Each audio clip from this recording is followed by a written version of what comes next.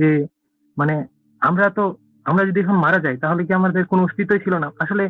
ওই যে সবকিছু শুরু তো হয়েছিল বিগ ব্যাং থেকে নাকি? তাহলে এখন যে আমরা যে পৃথিবীতে আছি, মানে কেন আছি আসলে? থাকার মানেটাই বা কি? আর আসলে যে আমাদের যে কি বলে, মানুষ অন্যায় করে, আবার ওই যে কি বলে একটা মোরালিটি, মানে আসলে এটা আসলে কোথা থেকে আসে? এটা কি মানুষের তৈরি নাকি আসলে আমরাই কেন আছি? এটাই আমার প্রশ্ন আর কি। আশা করি আপনার একটা ছোট্ট আচ্ছা, একটা এগুলা পাবো। মানে আমরা আমাদের থাকার উদ্দেশ্য কি? এটা তো আমাদের থাকার তো সেরকম ভাই, আমরা আসার বহু বহু বহু বহু বহু কাল আগে, বহু বহু বহু কাল আমরা ছিলাম না। মহাবিশ্বের উৎপত্তি ঘটছে 13.7 বিলিয়ন বছর আগে। 13.7 বিলিয়ন বছর। আপনার জন্ম হয়েছে খুব বেশি হইলে 30-40 বছর আগে। মানুষ আসছে হচ্ছে গিয়ে খুব বেশি হইলে কয়েক লাখ বছর আগে। আধুনিক যে মানুষ, সেই মানুষ আসছে কয়েক লাখ বছর আগে। এর আগে তো ভাই billion billion billion billion billion বছর ধরে পৃথিবী নামক কোনো গ্রহে ছিল না। 9.5 বিলিয়ন বছর পৃথিবী নামক কোনো গ্রহেরই অস্তিত্ব ছিল না। আর মানুষের কোনো হদিস ছিল না। আবার এই মহাবিশ্ব আহ, আরো 5-7 বিলিয়ন বছর চলবে। 5-7 বিলিয়ন বছরের ভিতরে মহাবিশ্বের কিছু হওয়ার সম্ভাবনা নাই। এরকমই চলবে। এর ভিতরে আমরা ভাই উদাও হয়ে যাব, আমাদের কোনো অস্তিত্ব থাকবে না। আমাদের এর আগেও আমাদের কোনো অস্তিত্ব ছিল না, ভবিষ্যতে কোনো অস্তিত্ব থাকবে না। আমরা হচ্ছি নক্ষত্রের আহ নক্ষত্রের যে অংশ বিশেষ, সেগুলো দিয়ে আমরা তৈরি হয়েছি। এর আগেও কিছু ছিল না, ওইগুলাই আমরা। ওগুলার কিছু আহ, মানে ফরমেশন, ওগুলার কিছু আহ, ওগুলা ফর্ম হয়ে আমরা হইছি। আমাদের একটা চেতনা হয়েছে, এই কারণে আমরা এটা নিয়ে চিন্তা করতে পারতেছি। আমাদের স্পেশালিটি হচ্ছে এটা যে আমরা এটা নিয়ে চিন্তা করতে পারতেছি। কিন্তু বহু বহু বহু কাল ধরে আমাদের কোনো অস্তিত্ব ছিল না, আবার বহু বহু বহু কাল ধরে আমাদের কোনো অস্তিত্ব থাকবেও না, আমরা একদম বিলীন হয়ে যাব। তাহলে ভাই মানে এটা হচ্ছে খুবই মানে চিন্তা যে আমার জন্যই সবকিছু। মানুষ এটা ভেবে এক ধরনের সুখ পায় যে আমার জন্যই মহাবিশ্ব বানানো হয়েছে, আমার পরীক্ষা নেওয়ার জন্য সবকিছু। এই যে এত বড় বড় মহাবিশ্ব, এত বড় মহাবিশ্ব, নক্ষত্র, অ্যান্ড্রোমিডা নক্ষত্রপুঞ্জ, neutrino star, black hole, wormhole, এই সবকিছু আমাকে উদ্দেশ্য করে বানাইছে। হ্যাঁ, আমি এমনই স্পেশাল যে আমাকে ভাই, আমরা হচ্ছে মানুষ অত্যন্ত তুচ্ছ একটা নক্ষত্র, সূর্য সেই তুচ্ছ একটা নক্ষত্রের তুচ্ছ একটা গ্রহ পৃথিবী, সেই তুচ্ছ একটা পৃথিবীর তুচ্ছ তুচ্ছ একটা মানুষ। এই মহাবিশ্বের মানে স্কেলে যদি আপনি চিন্তা করেন, এই মানুষের কোনো নাই, মানে কোনো কোনো মূল্যই নাই মহাবিশ্বের স্কেলে চিন্তা করলে। আপনার কি মনে হয় মহাবিশ্বের স্কেলে চিন্তা করলে মানুষ নামক একটা কোনো বা ধরেন আপনার ভাই, আপনি কোন এলাকায় থাকেন জানি না, মনে করেন আপনি নোয়াখালীতে থাকেন, নোয়াখালীর একটা অঞ্চলের একটা বাসায় আপনি এখন বসে আছেন। মহাবিশ্বের স্কেলে হম, আপনার অস্তিত্বের মূল্য কি ভাই? কোনো মূল্য নাই। মহাবিশ্বের স্কেলে কিছুই না। যখন আপনি চিন্তা করবেন, তখন এই রকমের মানুষ আমাদের কারোর কোনো মূল্য নেই, কারোর কোনো 2 পয়সার কোনো দাম নাই।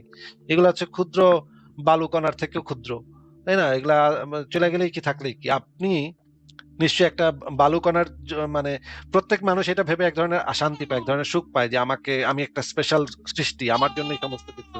কিন্তু ভাই এইটার তো কোনো প্রমাণ নেই, এগুলো হচ্ছে মানুষের উর্বর মস্তিষ্কের কল্পনা।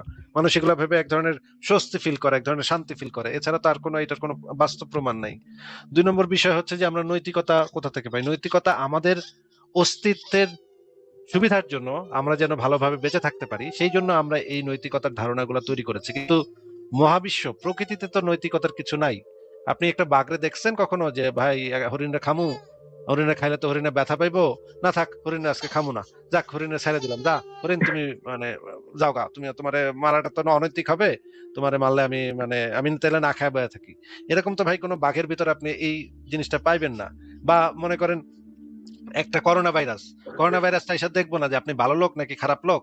খারাপ লোক হইলে আপনারে অ্যাটাক করবো, আর ভালো লোক হইলে ছেড়ে দিব। এই জিনিসটা করোনা ভাইরাস করবো না ভাই। করোনা ভাইরাস দেখবো আপনার বডিতে, সে টিকা থাকতে পারবো নাকি, টিকা থাকতে পারলে সুন্দর ডুইকা আপনার ক্ষতি করে দিবে। আপনি কখনো এটাই তো দেখছেন প্রকৃতির কখনো নিয়ম। যে এটা প্রকৃতির নিয়ম? এটা তো প্রকৃতি এভাবে কাজ করে, প্রকৃতির কাছে নীতি নৈতিকতা বলে কিছু নাই। মানে মনে করেন সুনামি হবে, এখন একটা সুনামি হবে, উপকূলবর্তী অঞ্চলে 1 লাখ শিশু তারা বসে আছে, হ্যাঁ, বাচ্চা কাচ্চা, বা মনে করেন প্রতিবন্ধী, বা মনে করেন পাগল কয়েকজন বসে আছে, ওরা তো কোনো দোষ করে নাই, ওরা তো চুপচাপ বসে আছে, এখানে কারোর কিছু ক্ষতি করে নাই।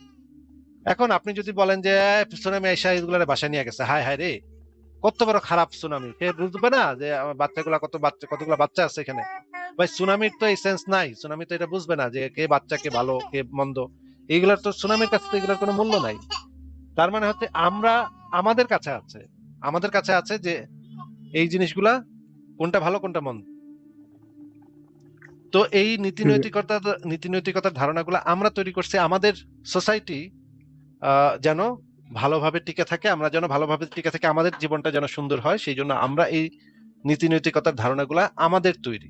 কিন্তু ইউনিভার্সের দৃষ্টিতে, মহাবিশ্বের দৃষ্টিতে কোন পৃথিবী নামক গ্রহের তুচ্ছ একটা গ্রহ, তুচ্ছ একটা, মানে ওটা তো গোনাতেই ধরে না কেউ, মহাবিশ্বের মানে সাপেক্ষে তো কেউ গোনাতেও ধরবে না ভাই পৃথিবী নামক গ্রহরে। এই পৃথিবী নামক গ্রহের একটা তুচ্ছ মানুষ আপনি, হ্যাঁ, মানে এই পৃথিবীর সাপেক্ষে আপনার কোনো মূল্য নাই, আপনি একটা তুচ্ছ একটা মানুষ, একটা পিঁপড়ার মতো। এই পিঁপড়া আপনি গিয়া মনে করেন কুদ্দুসের 500 টাকা ধার নিয়ে ফেরত দেন নাই, এইটা নিয়ে ভাই প্রকৃতির কি যায় আসে? এটা দিয়ে তো প্রকৃতির কিছু যায় আসে না, প্রকৃতি তো এইটা নিয়ে বদার্ড না ভাই, আপনার 500 টাকা নিয়ে ধার দিয়ে ফেরত দেয় নাই, এটা তো প্রকৃতি বদার্ড না।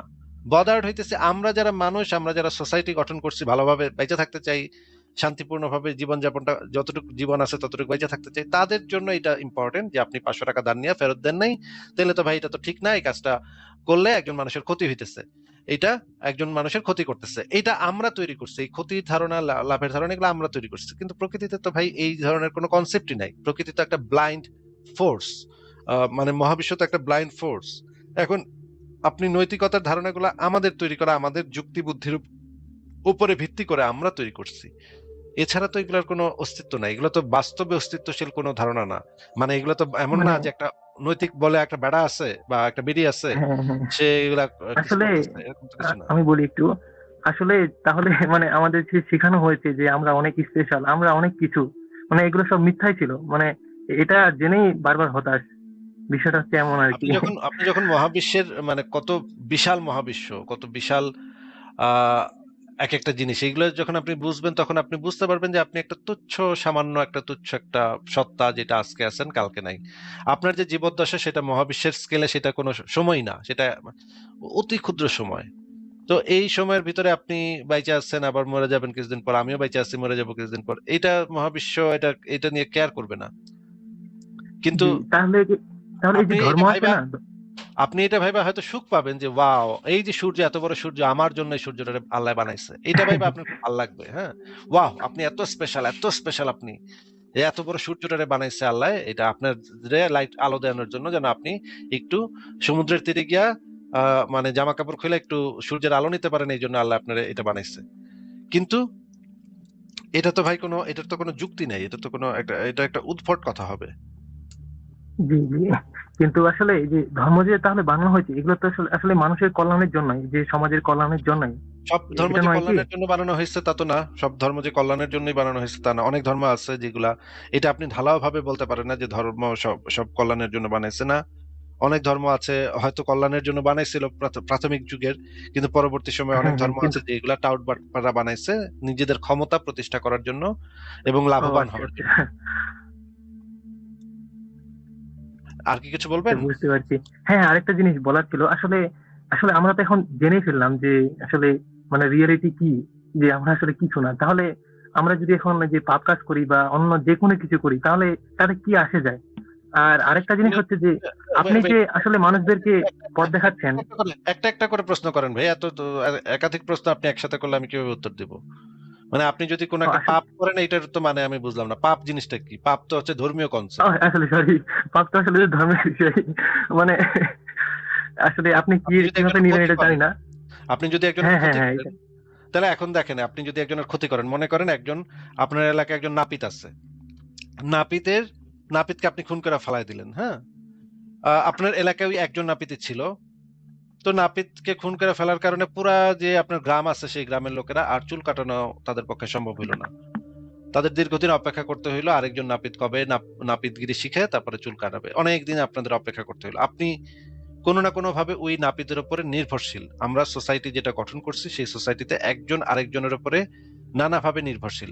আপনার বাসায় যে ইলেকট্রিসিটি আসে, আপনার বাসায় যে টয়লেট আছে, সেই টয়লেটের যে লাইন আছে, পানি যে আসে, পানির যে লাইন আছে, এইগুলা প্রত্যেকটা কারো না কারো মেনটেন করতে হয়, কারো না কারো ফিক্স করতে হয়। আপনি যে বিল্ডিং এ আছে সেই হুম বিল্ডিংটা হুম কোনো না কোনো ইঞ্জিনিয়ারের বানাইতে হইছে। আপনার অসুখ-বিসুখ হয়। অসুখ-বিসুখ হইলে আপনি ডাক্তারের কাছে যেতে হয় আপনার।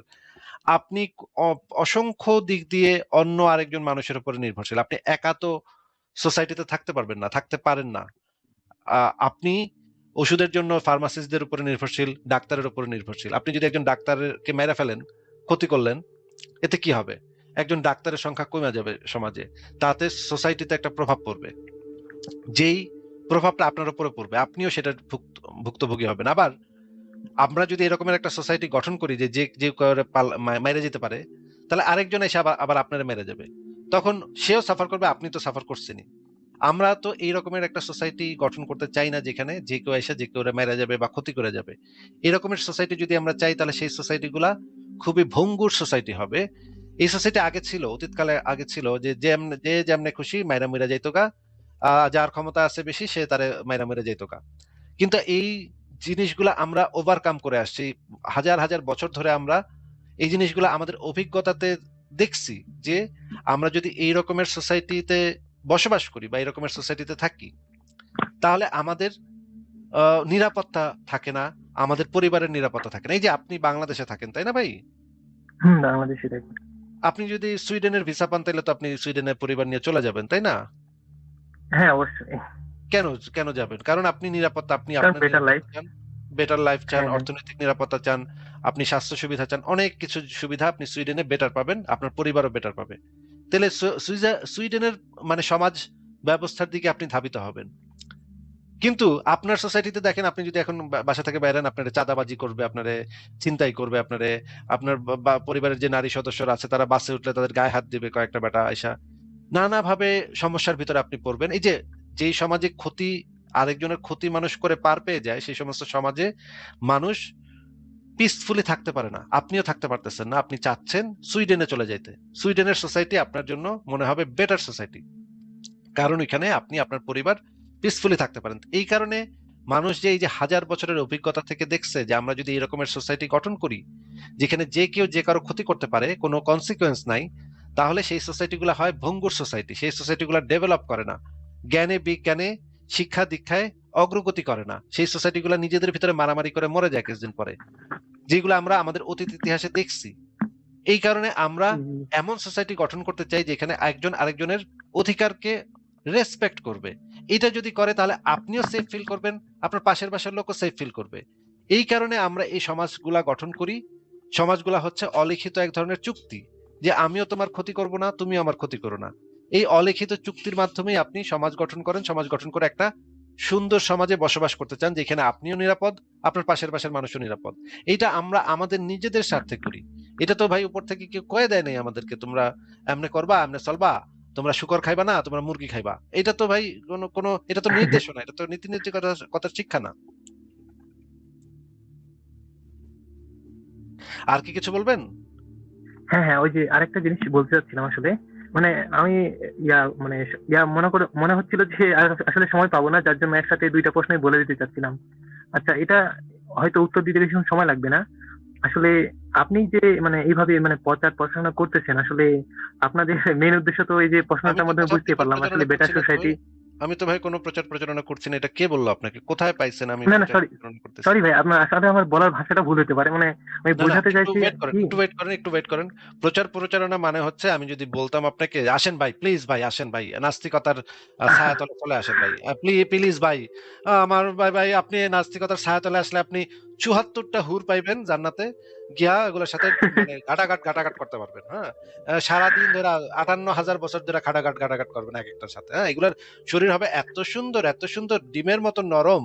ভিতরের মাংস পর্যন্ত দেখা যাবে, ভিতরের হাড্ডি পর্যন্ত দেখা যাবে। এত সুন্দর, এত নরম ভাই। এগুলা যদি আপনারে বলতাম যে ভাই আসেন ভাই, প্লিজ ভাই নাস্তিকতা নেন ভাই। আল্লাহর রাস্তে ভাই, নাই আল্লাহর রাস্তে ভাই, আসেন ভাই। আমি যদি বলতাম দিনে ৫ বেলা নাই আল্লাহু আকবার, নাই আল্লাহু আকবার, নাই আল্লাহু আকবার এরকম যদি চিৎকার পারতাম, মানে ইয়া মানে বানায় মাইক ভাড়া করে, এইটা হয়তো প্রচার। আমি তো ভাই প্রচার করতেছি কোথায়? আমি তো বলতেছি আমি আমি অনেক দুঃখিত ভাই, আসলে আমার বলার যুক্তি ভাষাটা দিয়ে ভুল ছিল। যুক্তি দিয়ে এই জিনিসগুলাকে আমি যাচাই করে দেখতেছি। এখন কেউ যদি আমার কথা মানে সেও যদি যুক্তি দিয়ে যাচাই করে দেখে তখন সেও বুঝতে পারবে যে এগুলো আমি যেগুলো বলতেছি সেগুলো সঠিক বলতেছি। আপনি হ্যাঁ যদি হ্যাঁ, মানে আমি তো কখনো মানে নাস্তিকতার প্রচার করি নাই বা ধর্মহীনতার প্রচার করি নাই। আমরা যেটা প্রচার করছি সেটা হচ্ছে জি জি। যুক্তির প্রচার করছি। আমরা বলছি মানুষকে যে যুক্তি দিয়ে চিন্তা ভাবনা করতে হবে। তাহলে ভাই নাস্তিকতার প্রচার বা হ্যাঁ, আপনি এটা বলতে পারেন আপনারা আপনারা তো যুক্তির প্রচার করেন।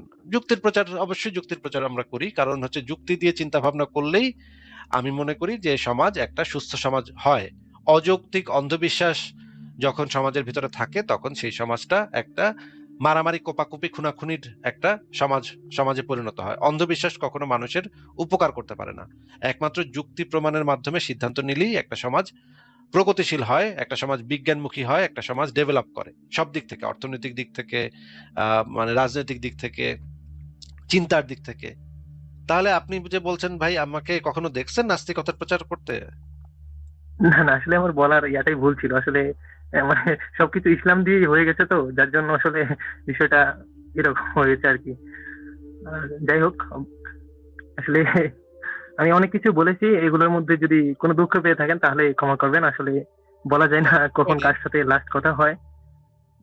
ঠিক আছে, দুঃখ আহ, পাইনি, কিন্তু ঠিক আছে, আপনার কথা শুনলাম। ঠিক আছে ভাই, আপনাকে তাহলে বিদায় জানাই, ভালো থাকেন। হ্যাঁ হ্যাঁ হ্যাঁ, অবশ্যই। আপনাকে অনেক আচ্ছা, ধন্যবাদ। ঠিক আছে, ভালো থাকেন। হজরত উমর যখন মুসলিম হওয়ার আগে তিনি মোহাম্মদকে হত্যা করার জন্য কুশমুক্ত তরবারি নিয়ে মানে দৌড়িয়ে আসছিলেন, এবং প্রতিমধ্যে তিনি শুনতে পেলেন কোরআনের আয়াত শুনে তিনি মুসলিম হয়ে গেলেন। এবং আহ, এর পিছনে নাকি হজরত মুহাম্মদ দোয়া করেছিলেন এর আগের রাতে, যে ইসলামের শক্তি বাড়ানোর জন্য হজরত উমর অথবা আহ, আরেকজন কি কাফের আরেকজনের নাম যেন কি, আমি ঠিক আবু মনে আসছে জেহেল। না। আবু আবু জাহেল, জেহেল। হ্যাঁ, আবু জাহেলের দুজনের মধ্যে একজনকে যেন ইসলামের কে মানে আসেন বা মুসলিম দেন। তো আমি জানতে চাচ্ছিলাম যে এই সিরাত বা আহ, ইসলামী যে বইগুলো আছে সেগুলোর আলোকে এই ঘটনা কি সত্য, যে বিশেষ করে যে মুসলিম মোহাম্মদ দোয়া করেছিলেন এবং সেজন্যই হজরত উমর মুসলিম হয়েছেন? দোয়া করেছিল বলেই যে মুসলিম হয়েছে এরকম তো কোনো প্রমাণ নাই। এরকম কিছু লেখা আছে, কিছু সিরাত গ্রন্থে এরকমের কিছু লেখা আছে। কিন্তু ওই সময়ে মোহাম্মদ মক্কায় কাবা ঘরে গিয়ে নামাজ টামাজ পড়তে পারতো না বা কোরআন তেলাওয়াত করতে পারতো না। কারণ সে সেই পৌত্তলিক দেবদেবীদেরকে খুবই নোংরা ভাষায় গালিগালাজ করতো, কটূক্তি করতো, সমালোচনা করতো। এই কারণে কুরাইশরা তাকে কাবার ওদিকে আশেপাশে যেতে দিত না, তাকে মারধর করতো। এইটার জন্য তার একজন ব্যক্তি দরকার ছিল আসলে, যে ব্যক্তি তাকে প্রোটেকশন দিবে। সেখানে যে প্রভাবশালী যে ব্যক্তিরা ছিল সেই ব্যক্তিদের মধ্যে একজনকে তার দরকার ছিল, যে তার তার প্রভাবে সে ওই যে মক্কায় ঢুকতে পারবে এবং মক্কায় ঢুকে ওই যে কাবা ঘরে ঢুকে সে ওই কাজ মানে তার ধর্ম প্রচার করতে পারবে। এই জন্য তার একজন ব্যক্তির প্রয়োজন ছিল। এই তখন সে ভাবতেছিল যে আবু জেহেল অথবা আবু লাহাব, এই দুজনের একজন, অথবা ওমর, এই দুইজনের মধ্যে একজন যদি ইসলাম কবুল করতো তাহলে তো তার ভালো হইতো। তাহলে তার ওইখানে যেতে আর সমস্যা হইতো না, মক্কায় প্রবেশ করতে আর তার কোনো সমস্যা হইতো না। সে নির্বিঘ্নে মক্কায় কাবার ওইখানে যেতে পারতো। আহ ওই যে যেতে পারতেছিল না, এই জন্য মোহাম্মদের আক্ষেপ ছিল যে সে ওইখানে গেলে তাকে নির্যাতন করা হচ্ছে বা তাকে মানে ওইখান থেকে উঠায় দেওয়া হচ্ছে। কুরাইশটা তখন বলেছিল, তুমি তো এক আল্লাহর পূজা করো, তাহলে তুমি আমাদের এই দেবদেবীদের এখানে এসে তোমার কি দরকার? দেবদেবী, এখানে তো আমরা দেবদেবীর পূজা করি, তুমি এখানে কেন আসবা? তাহলে তুমি এখানে এসে আমাদের দেবদেবীদের সমালোচনা করবে, এটা তো চলবে না। এই কারণে তাকে কাবা ঘরে ঢোকা নিষেধ করে দিছিল। কাবা ঘরে সে ঢুকতে পারতো না। এই সময়ে সে মনে প্রাণে চাচ্ছিল এই দুইজনের ভিতরে একজন, যদি বড় নেতাদের মধ্যে কেউ একজন যদি ইসলাম কবুল করতো তাহলে ভালো হতো। এখন এরপরে ওমরের যে বোন, সেই বোন ইসলাম কবুল করেছিল। যেটা এসের থেকে জানা যায়, সিরাত এবং হাদিস থেকে জানা যায়, ওমর খুবই ক্ষেপে গেছিল তার এই কথা শুনে। তারপরে সে বোনের বাসায় গেছে, বোনের বাসায় গিয়ে সে তার ওইখানে কোরআন তেলাওয়াত শুনছে।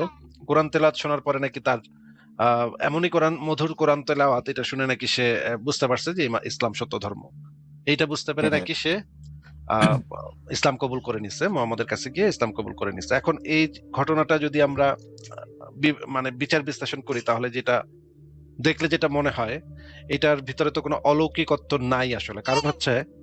কারণ হচ্ছে যে এই ঘটনাটা যদি কোরআন তেলাওয়াত শুনে যদি কাফেররা, ইসলামের এত বড় শত্রুরা ইসলাম কবুল করে নেয়, এরকম যদি হইতো, তাহলে তো ভাই আমি তো সারাদিন ধরেই তো কত হাজার হাজার কোরআন শুনছি, আমি তো ভাই ইসলাম কবুল করে নিলাম না, আমি তো ইসলামের সত্যতা বুঝতে পারলাম না।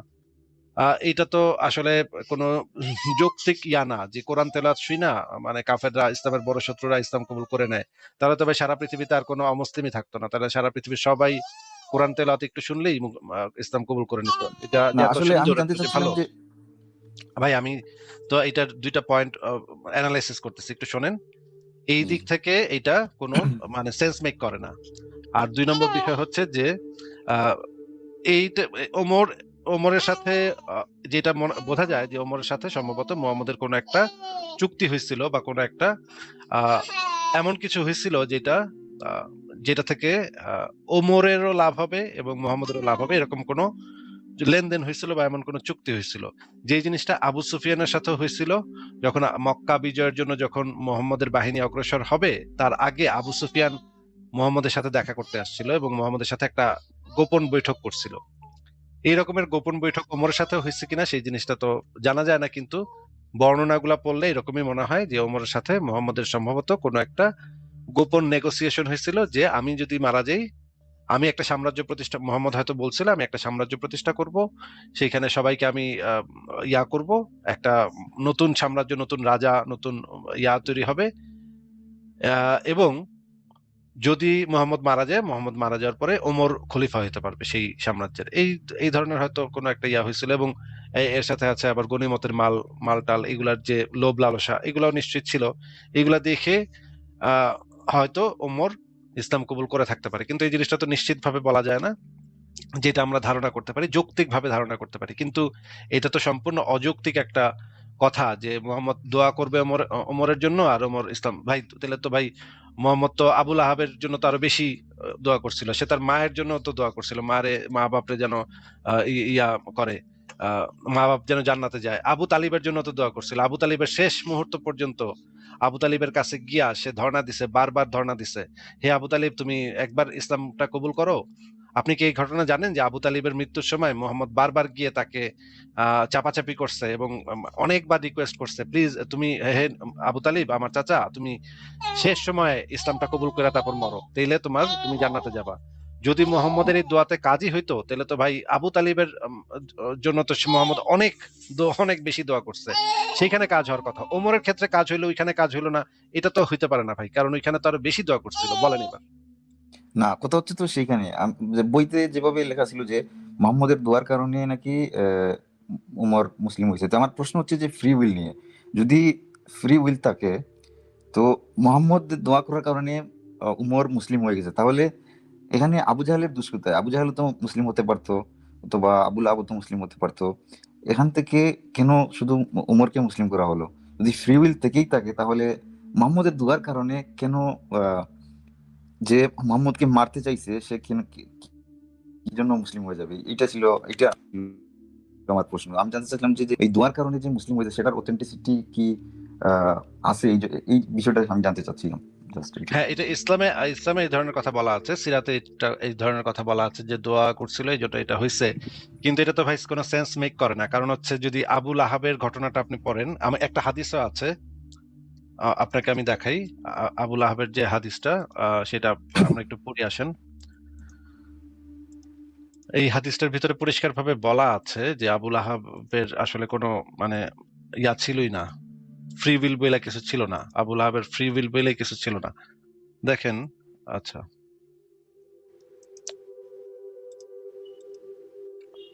এখানে দেখেন, এই তিরমিজি শরীফ ইসলামিক ফাউন্ডেশন 2158 নম্বর হাদিস, এখানে যে জিনিসটা বলা হচ্ছে, আহ তিনি বলেন, উম্মুল কিতাব কি তা জানো? আমি বললাম, আল্লাহ তার রাসূলই ভালো জানেন। তিনি বলেন, এ হলো এক মহাগ্রন্থ, আকাশ সৃষ্টিরও পূর্বে এবং জমিন সৃষ্টিরও পূর্বে আল্লাহ তাআলা তা লিপিবদ্ধ করে রেখেছেন। এটাকে বলা হয় উম্মুল কিতাব, যেটা আকাশ জমিন সৃষ্টির 50,000 পূর্বে আল্লাহ পাক লিপিবদ্ধ করে রেখেছেন। এতে আছে ফিরাউন জাহান্নামীদের অন্তর্ভুক্ত, এতে আছে তাব্বাত ইয়াদা আবি লাহাব ওয়া তাব, আবু লাহাবের 2 হাত ধ্বংস হয়েছে আর ধ্বংস হয়েছে সে নিজেও। মানে হচ্ছে আবু লাহাবের যে ভবিষ্যৎ, সেটা পূর্বে একদম খুব কঠিন ভাবে নির্ধারিত। এইটা আবু লাহাবের বাপেও ইচ্ছা করলে চেঞ্জ করতে পারবে না। আবুল আহাব যে শত্রুতা করবে, আবুল আহাব যে মোহাম্মদের সাথে গ্যাঞ্জাম করবে, এইটা খুব ভালোভাবে আগে থেকে এই উম্মুল কিতাবে লিপিবদ্ধ এবং নির্ধারিত। এইটা কেউ কিছু করতে পারবে না, কারোর পক্ষে কিছু করা সম্ভব না। আবুল আহাব যত চেষ্টাই করুক না কেন, আবুল আহাব কখনো মুসলমান হইতে পারবে না, ইসলাম কবুল করতে পারবে না। তার মানে আবুল আহাবের কোনো ফ্রি উইল নাই। এই হাদিস থেকে এই জিনিসটা খুবই পরিষ্কার। হ্যাঁ ভাই বলেন। না, সেটাই সেটাই আমি জানতে চাচ্ছিলাম যে যদি মুসলিমরা বিশ্বাস করে যে মোহাম্মদের দোয়ার কারণে উমর মুসলিম হয়ে গেছে, তাহলে তো এটাও প্রমাণিত হয় যে এটা তো জ্বলন্ত প্রমাণ যে ফ্রি উইল বলতে কিছু নাই, মোহাম্মদের দোয়ার কারণে আল্লাহ উমরকে মুসলিম বানাই দিছে। সেখানে উমরের ফ্রি উইল বলতে কিছু ছিল না, মোহাম্মদের দোয়ার কারণে আল্লাহর ইশারায় উমর মুসলিম হয়ে গেছে। তো এটা এটুকুই আমার জানা সেটা ছিল, আমাকে সেটা যুক্ত করার। সেটা সেটা আরেকটা পয়েন্ট হতে পারে যে ওমর যে জান্নাতে যাবে কেন, ওমরের তো নিজের কোনো ক্রেডিট নেই। তাহলে মোহাম্মদের দোয়ার কারণে সে ইসলাম কবুল করছে, তাহলে ওমরকে কেন জান্নাতি সাহাবী বলা হয়েছে? তাহলে তো এটা আমার জন্য যদি দোয়া করে যেত মোহাম্মদ, তাহলে তো আমিও জান্নাতে যেতে পারতাম, আমিও তো ইসলাম কবুল করতে পারতাম। আমার জন্য তো মোহাম্মদ দোয়া করে নাই, তাহলে তো আমার সাথে তো বেইনসাফি হয়ে গেল। ওমরের সাথে ওমরকে সে পার্সিয়ালিটি করলো, সে স্বজন প্রীতি করলো মোহাম্মদ। ওমরের জন্য দোয়া করলো, আর আমি আসিফ মহিউদ্দিন, সে বলে যেত যে 1450 বছর পরে বাংলাদেশে এক নাস্তিক আসবে, এর জন্য আমি দোয়া করলাম, হে আল্লাহ এরে তুমি মানে মুসলমান বানায় দাও। এই দোয়াটা যদি করে যেত, তাহলে তো আমি ভাই মুসলমান হইতে পারতাম। সেই দোয়া তো সে করলো না। তাহলে তো সে ওমরের একটা স্পেশাল সুবিধা দিল। এখানে তো ওমরের কোনো কৃতিত্ব দেখি না, এটা তো দোয়ার কারণে ওমর এই দোয়াটা যদি মনে করেন আবুল আহাব বা আবু জাহেলের জন্য করতো মোহাম্মদ, তাহলে তারাও হয়তো ইসলাম কবুল করে নিত। আচ্ছা, এই দোয়াটা যদি শয়তানের জন্য করতো মোহাম্মদে, যে শয়তান, হে আল্লাহ তুমি শয়তানের মুমিন বানায় দাও, তাহলে তো শয়তানও তো ভালো হয়ে যেত, তাই না? তাহলে তো জি তাহলে তো ভাই এখানে তো ফ্রি উইল বলে কিছু নাই, এটাই তো বোঝা যাচ্ছে। জি জি, সেটাই। ঠিক আছে, আর কি কিছু বলবেন? না, কিছু না, এই এই এই যে প্রশ্নটা, এটা যদি পরবর্তীতে যদি কোনো মুমিন ভাই যদি যুক্ত হয়ে এটার উত্তর দিতে চায় তাহলে দিতে পারে। আমাকে যুক্ত করার জন্য ধন্যবাদ। আচ্ছা সাইদুর রহমান ভাই, আমি আপনার এই পয়েন্টটা সংশয়.com এ অ্যাড করে দিব, যে আপনি একটা ভালো পয়েন্ট বলছেন যে এই যে ওমরের জন্য যে দোয়া করলো এবং দোয়ার ফলে যে ওমর ইসলাম কবুল করলো, তাতে তো আসলে ওমরের কোনো ক্রেডিট নাই, এটা তো আসলে ফ্রি উইল কাজ করলো না এখানে, জি তা জি, সেটাই এটা তো সেটাই দোয়ার সেটাই কারণে আমার হয়েছে। এই জিনিসটা আমি আমার একটা লেখাতে, এই যে তাকদীর বিষয়ক লেখাটাতে এটা অ্যাড করে দিব।